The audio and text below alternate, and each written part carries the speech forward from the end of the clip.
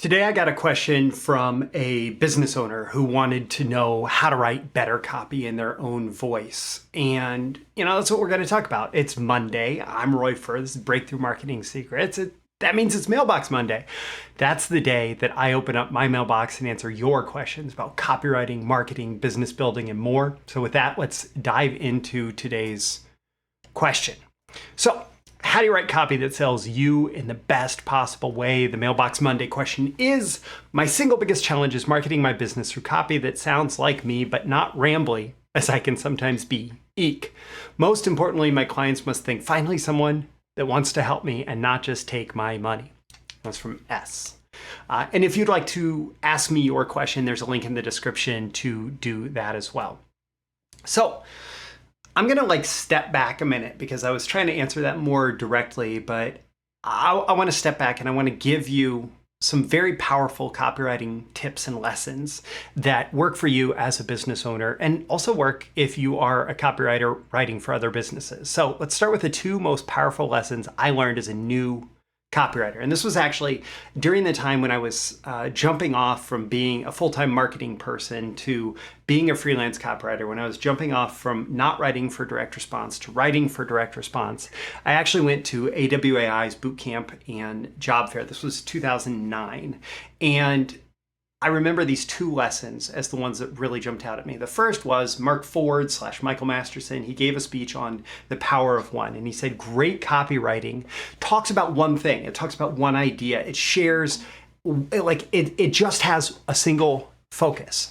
And better writing is focused. And even if you talk for a long time, better writing is focused on one thing. And so I learned to write promotions that may go on for 6, 7, 8, 9, 10,000 words or more, but they were always focused on one idea. And my copy immediately sold a lot more. It did a lot better. Also, outlines. So my second lesson from that boot camp was actually Clayton Makepeace's Pretty Darn Good Copy Outline, which I've talked about elsewhere. The outline lesson that I want to teach you or share with you here, though, is that if you outline your copy, it's going to avoid rambling. It's going to be more focused. It's going to be more compelling to read. It's going to be interesting. It's going to pull people through in a much better way because you just thought about it first. You put it together on the page before you wrote it. And most great copywriters I know at this point, they outline their copy before they write. So if you want to write without rambling, remember, focus on one core idea. Outline. You can follow what I teach as the sequence of beliefs. I recently taught that inside BTMSinsiders.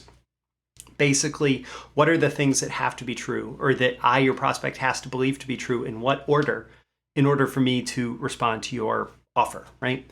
And then even with all of this, right, we focus on one idea, we outline what we want to say before we say it. Even then, we're going to write things and it's not going to be as clean as possible. So edit. And there's processes you can go through to edit. But most great writing is great editing. It becomes much better through editing. Now, part of the question was asking about capturing your voice. So here's how to capture anybody's voice in sales copy, even yours. And this was actually something I succeeded with very early freelance copywriting projects. I was told by clients, you capture my voice perfectly, except for you say it better than I can. And the secret was I just listened to their stories and then I told their stories, right? I tell stories. And when you tell someone's stories, it feels like their voice, right? When you tell your own stories, it feels like your voice. Now, there's another way that you can capture a voice in sales copy, and that's to record somebody saying it, right? You could, I'm recording myself right now and I'm talking about things. And if I were to take this recording and transcribe it and then edit it, I'm going to probably actually have an even better version of what I just said. And you're going to have an even better version of your pitches if you give your pitch to people while recording it. If it's a phone call, make sure you abide by all phone recording laws, right? But record it, transcribe it, and then edit it.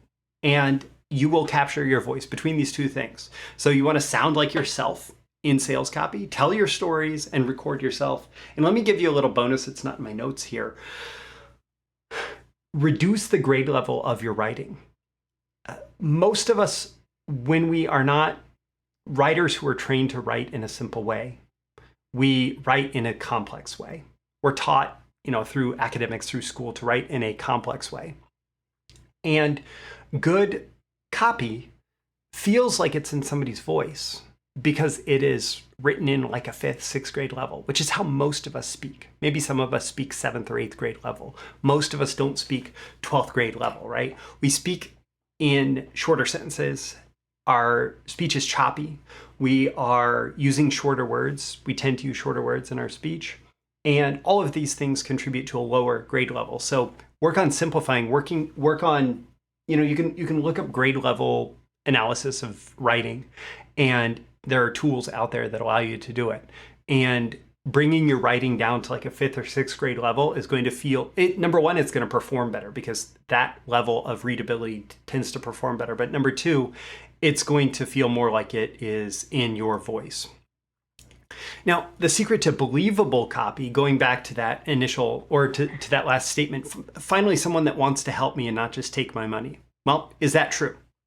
Is that true from the core of your heart? Yes, as a business owner, you need to make money, right? As a business owner, your goal of being in business is to make money. It's to make a living for yourself and for your employees and to make a profit as the business owner. And so, yes, making money is an essential part of running a business, and I would recommend embracing that. But number two, is it true that you want to help someone and it is more important for you to help them than to just take their money? If it is, tell the truth, right? You can acknowledge the profit motive while also saying it is in my best interest in the long run to help you solve this problem in whatever way is best for you, and to maintain my reputation in this industry as the preeminent expert and solution provider around this problem. Sometimes that means I have to direct people towards solutions that are not mine, right? And that's actually the biggest thing. Like, if you are willing to send your potential client or customer to the competitor because you believe that it would actually be better for them, then you can speak all of this with integrity, right? And what I find interesting is, so there's this book by Denny Hatch called Method Marketing that was recently republished, and you can just look up method marketing. What he actually did was he analyzed copywriting that was done by amateurs, by people who had no experience writing copy, who weren't trying to be copywriters, who just had an appeal to write, and copywriting that was done by absolute pros, some of the best copywriters in the business. And he analyzed these up against each other. And so many times it is about the essence of the message being, listen, I really want to help you. I really have something that's valuable. I have something that's important to share with you. And that essence of the message, if it matches this, then it's going to be believable. If the essence of your message is nothing, or the essence of your message is BS, if you shouldn't be believed, it's going to be hard to write believable sales copy. But if you believe it, if you are in complete conviction that what you are sharing is true, and that can be, I want to help you, I'm here to help, right? Then that's going to be believable, right? And it's the secret to believable sales copy is to tell the truth. All right, call to action at the end of this episode. Number one, ask yourself how you can use this.